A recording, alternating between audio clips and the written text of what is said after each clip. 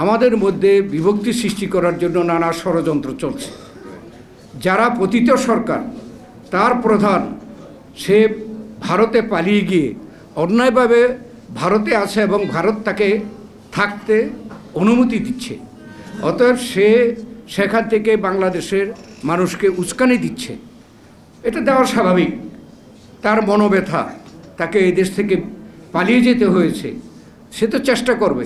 কিন্তু আমরা তো সচেতন থাকতে হবে, আমরা সকলে ঐক্যবদ্ধভাবে এটাকে মোকাবেলা করতে হবে।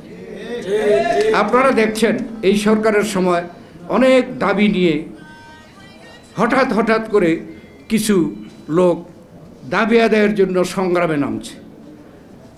একটু গভীরভাবে দেখলে দেখা যায় যে এর পিছনে হচ্ছে ওই পতিত সরকারের লোকেরা, এবং তারা গ্রেপ্তারও হচ্ছে।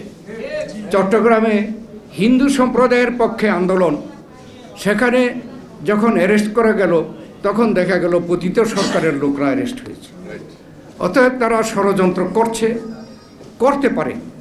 সঠিক প্যাড আর সঠিক তথ্য দিয়ে এসব সামলে নিব এক হয়ে। Monalisa sanitary napkin. কিন্তু আমাদের তো দায়িত্ব হচ্ছে এদেশের ছাত্র জনতা গত 16 বছর যাবৎ আন্দোলন করে এই জুলাই আগস্ট মাসে চূড়ান্তভাবে গণ অভ্যুত্থান সৃষ্টি করে আজকে যে সরকারকে প্রতিষ্ঠিত করেছে, সেই সরকারের দায়িত্ব এই সকল ষড়যন্ত্রকে ধূলিসাৎ করে দিয়ে এদেশে এমন একটি নির্বাচন দেওয়া, যেই নির্বাচনে জনগণ তাদের নিজের ইচ্ছা মতো, পছন্দ মতো লোককে স্বাধীনভাবে ভোট দিতে পারবে, এবং তাদের নির্বাচিত সরকার এই বাংলাদেশকে ওই যে গণতন্ত্র, আমাদের মুক্তিযুদ্ধের যে চেতনা, গণতন্ত্র, স্বাধীনতা, সার্বভৌমত্ব, অর্থনৈতিক মুক্তি এবং দেশের শান্তি শৃঙ্খলা পুনরায় এদেশে প্রতিষ্ঠা করবে।